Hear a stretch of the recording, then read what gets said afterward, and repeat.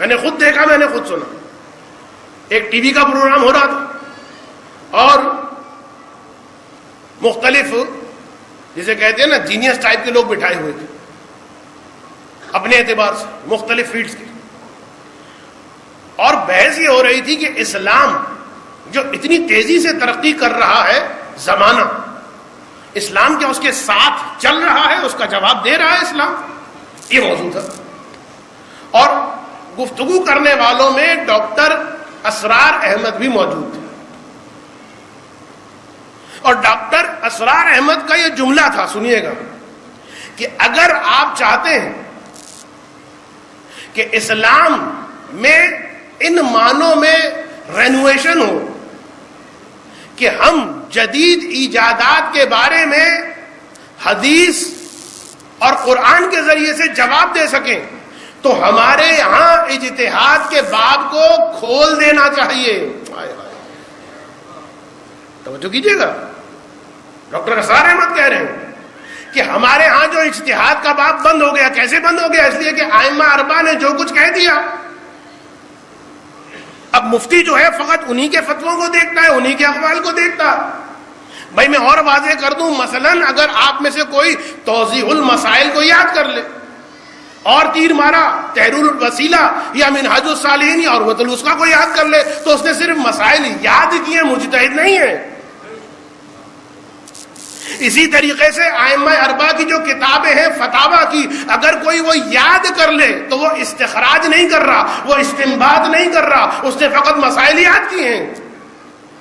اسی لیے اگر ایک آدمی صرف توضیح المسائل پڑھنے والا ہے، اگر اس کے سامنے کوئی ایسا مسئلہ آ جائے جو توضیح المسائل کے اندر نہ ہو تو وہ چکرا جائے گا.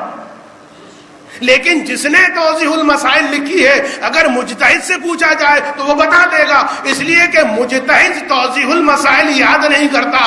مجتہد کے سامنے قرآن ہوتا ہے، حدیث ہوتی، اور ان 46,000 حدیثوں اور قرآن کی آیتوں کے ذریعے سے اور مختلف طریقوں سے استخراج کرتا ہے حکم کو. تو ڈاکٹر اسرار احمد نے کیا کہا؟ سمجھ میں آئی بات آپ کو؟ کہ اگر ہم چاہتے ہیں کہ ہم نئی ترقی کا، جدید ایجادات کا اسلام میں شریعت کے اعتبار سے ان کا جواب دے سکیں، تو ہمیں اجتہاد کے دروازے کو کھولنا ہوگا. کتنے افسوس کی بات ہے دوسرے یہ کہیں، اور اپنے وہ کہ جن کو نعمت اجتہاد موجود ہے، پاس موجود ہے، مراجع موجود ہیں، جو دن رات کی مشقتوں کے ذریعے سے احادیث سے، قرآن سے، آیتوں سے استخراج کرتے ہیں حکم پروردگار کو. 5 سال میں، 10 سال میں، 15 سال میں، 20 سال میں اطمینان رکھیے، مجتہد نہیں بن سکتا آج کے زمانے میں. شاید علامہ حلی کے زمانے میں بن سکتا ہو، اس کی بھی وجہ آپ کہیں گے مولانا ہمیں پتا ہے، کہنے کی ضرورت نہیں ہے. آپ کہیں گے پھر آئندہ صحیح. ہاں پھر آئندہ ہی صحیح، اس لیے کہ ڈیٹیل آ جائے گی، بات ختم ہو جائے گی، وقت ویسے ہی ختم ہو گیا.